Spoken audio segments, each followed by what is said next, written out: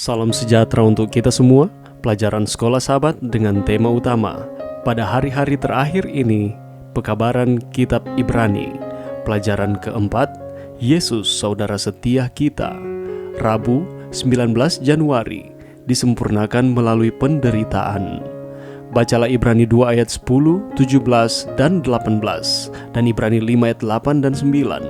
Apa fungsi penderitaan dalam kehidupan Yesus? Sang Rasul berkata bahwa Allah menjadikan Yesus sempurna melalui penderitaan. Ungkapan ini mengejutkan. Penulis telah mengatakan bahwa Yesus adalah cahaya kemuliaan Allah dan gambar wujud Allah, dan bahwa Dia tidak berdosa, tidak bernoda, tidak tercemar, dan suci. Ini berarti bahwa Yesus tidak harus mengatasi ketidaksempurnaan moral atau etika apapun. Kitab Ibrani memang mengatakan bagaimanapun bahwa Yesus mengalami proses penyempurnaan yang menyediakan Dia sarana untuk menyelamatkan kita. Yesus disempurnakan dalam arti bahwa Dia diperlengkapi untuk menjadi juru selamat kita. Pertama, Yesus disempurnakan melalui penderitaan untuk menjadi pemimpin bagi keselamatan kita. Yesus harus mati di kayu salib sebagai korban agar Bapa dapat memiliki sarana yang sah untuk menyelamatkan kita. Yesus adalah satu-satunya korban persembahan yang sempurna. Sebagai Tuhan, Yesus bisa menghakimi kita.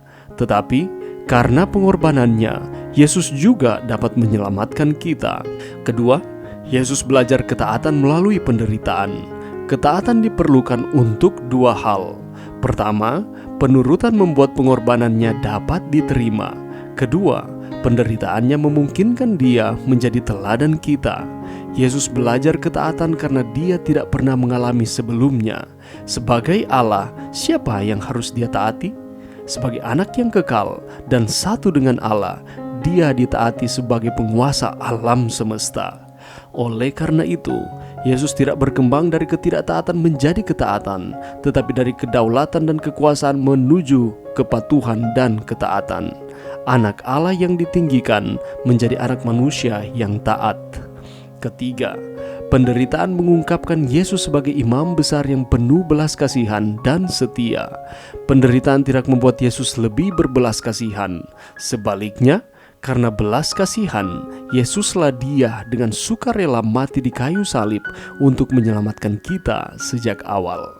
Namun, melalui penderitaan itulah realitas kasih persaudaraan Yesus benar-benar diungkapkan dan dinyatakan. Jika Yesus yang tidak berdosa menderita, kita sebagai orang berdosa pasti akan menderita juga. Bagaimana kita dapat belajar untuk menanggung tragedi kehidupan sementara pada saat yang sama, menarik harapan dan jaminan dari Tuhan yang telah mengungkapkan kasih-Nya kepada kita dengan begitu banyak cara yang berkuasa? Pelajaran yang bisa kita dapatkan pada saat ini, kalau kita membaca di dalam Ibrani pasalnya yang kelima ayatnya yang ke-8, di sana dikatakan bahwa dan sekalipun ia adalah anak, ia telah belajar menjadi taat dari apa yang telah dideritanya. Ketaatan adalah suatu hal yang penting di dalam kehidupan orang-orang percaya dan juga merupakan salah satu syarat utama yang harus dipenuhi untuk dapat mengalami pertumbuhan kerohanian dan juga dapat mencapai kedewasaan penuh bahkan bagi Yesus itu sendiri. Yesus sendiri yang adalah Allah menjelma menjadi manusia dan Dia hidup di dunia, dan Ia juga belajar untuk menjadi taat dari apa yang telah Ia derita. Dan dalam keadaan sebagai manusia, Ia telah merendahkan dirinya dan taat sampai mati, bahkan mati di kayu salib. Yesus Kristus disempurnakan melalui penderitaan untuk menjadi pemimpin bagi keselamatan kita. Ia mati di kayu salib sebagai korban agar Bapa dapat memiliki sarana yang sah untuk menyelamatkan kita. Kalau kita yang merupakan orang tua memiliki anak-anak, kita menginginkan untuk setiap anak kita taat terhadap apa saja yang diperintahkan oleh orang tua. Apalagi Bapa yang ada di sorga, Ia sangat mengharapkan anak-anaknya, umat-umatnya ini hidup di dalam ketaatan, bukan hidup menurut kemauannya sendiri atau seenaknya sendiri.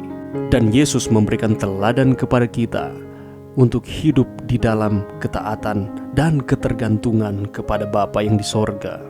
Ketika Yesus menderita di dunia ini, dan Ia menang terhadap penderitaan tersebut, Demikian pula dengan kita sebagai pengikutnya, kita dapat belajar dari pengalaman Kristus. Dengan penderitaan yang ia alami di dunia ini memungkinkan dia menjadi teladan kita. Yesus Kristus disempurnakan melalui penderitaan. Yang dimaksudkan di sini adalah bahwa dia diperlengkapi supaya dapat menjadi juru selamat kita. Melalui penderitaan Yesus, kasih persaudaraan benar-benar diungkapkan dan dinyatakan. Sebagai Tuhan, dia tanpa dosa, tetapi sebagai manusia, dia perlu belajar taat dan tunduk pada kehendak Allah, sama seperti kita sebagai manusia harus mempelajarinya. Sebagai Tuhan, Yesus tidak perlu belajar tunduk oleh karena dia Tuhan yang harus disembah dan ditinggikan. Namun dalam pengalaman manusiawinya, ketika dia dipanggil untuk mati, Yesus harus mengatasi naluri manusia yang paling dasar untuk mempertahankan diri dan terus tunduk pada kehendak Allah. Jadi Yesus belajar ketaatan. Sebagaimana Yesus, demikian pula dengan kita. Mari kita menjadikan Yesus sebagai contoh untuk kita terus hidup taat di dalam kehendak Tuhan.